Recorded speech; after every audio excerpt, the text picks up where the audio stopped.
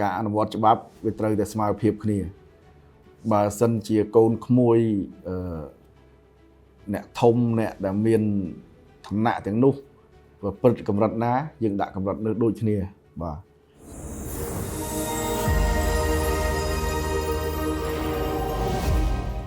សំណួរនេះល្អណាស់ហើយជាអ្វីដែលយើងតែងតែជួបច្រើនកន្លងមកមានការអន្តរាគមន៍ផ្សេងនេះក៏ប៉ុន្តែយើងមិនរៀថយទេព្រោះការអនុវត្តច្បាប់វាត្រូវតែស្មើភាពគ្នាបើសិនជាកូនក្មួយអ្នកធំអ្នកដែលមានឋានៈទាំងនោះប្រព្រឹត្តកម្រិតណាយើងដាក់កម្រិតនោះដូចគ្នា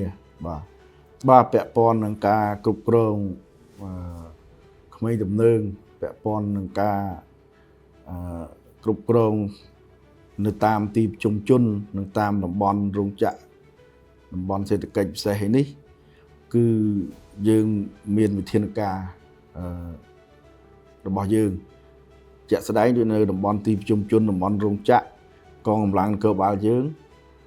តាមអធិការឋាននគរបាលក្រុងស្រុកនេះគឺបានធ្វើការចេញល្បាតចល័តទាំងតាមរថយន្តទាំងតាមម៉ូតូទាំងប៉ុស្តិ៍រដ្ឋបាលគឺយើងធ្វើការល្បាតចល័តជាប្រចាំហើយជារៀងរាល់ថ្ងៃយប់ដើម្បីធ្វើការបើយើងបង្ក្រាបបើយើងល្បាតបើនេះយើងបង្ការធ្វើឲ្យក្មេងដែលវាប្រុងប្រមូលផ្ដុំអីវាឃើញវាអាចបែកខ្ញែកគ្នាយើងធ្វើការត្រួតពិនិត្យទៅតាមទីតាំងប្រមូលផ្ដុំកន្លងមកជាបទពិសោធន៍ឧទាហរណ៍នៅកន្លែងមានលក់ដូរភេសជ្ជៈ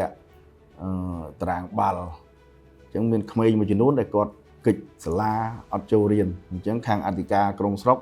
គាត់ដឹកនាំកម្លាំងល្បាតទៅឃើញគាត់នឹងធ្វើការអប់រំហើយទំនាក់ទំនងទៅអាណាព្យាបាលដើម្បីយកឲ្យគាត់មកទទួលយកទៅអប់រំបន្តហើយទន្ទឹមនឹងនេះដែរថ្មីនេះដែលសំណាងល្អរបស់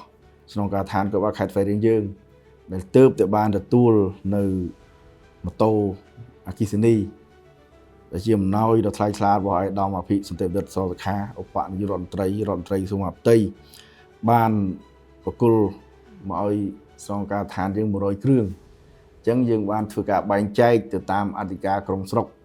ដើម្បីបង្កភាពងាយស្រួលដល់ពួកគាត់ក្នុងការល្បាតដោយសារម៉ូតូនេះចេញមកគឺលក្ខណៈម៉ូតូរបស់សមត្ថកិច្ចមានបំពាក់នៅសរ៉ែនមានផ្លាកជាប៉ូលីសហើយមានធុងសម្រាប់ដាក់ឯកសារផ្សេងទៀតអញ្ចឹងតាមក្រុងស្រុកគាត់បានមួយក្រុងស្រុកបាន10គ្រឿងដើម្បីយកទៅល្បាត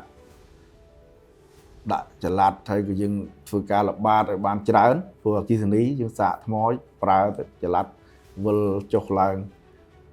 ដូច្នេះពេលយើងល្បាតច្រើនវា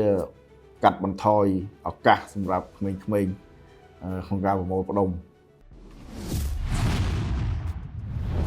ត្រយង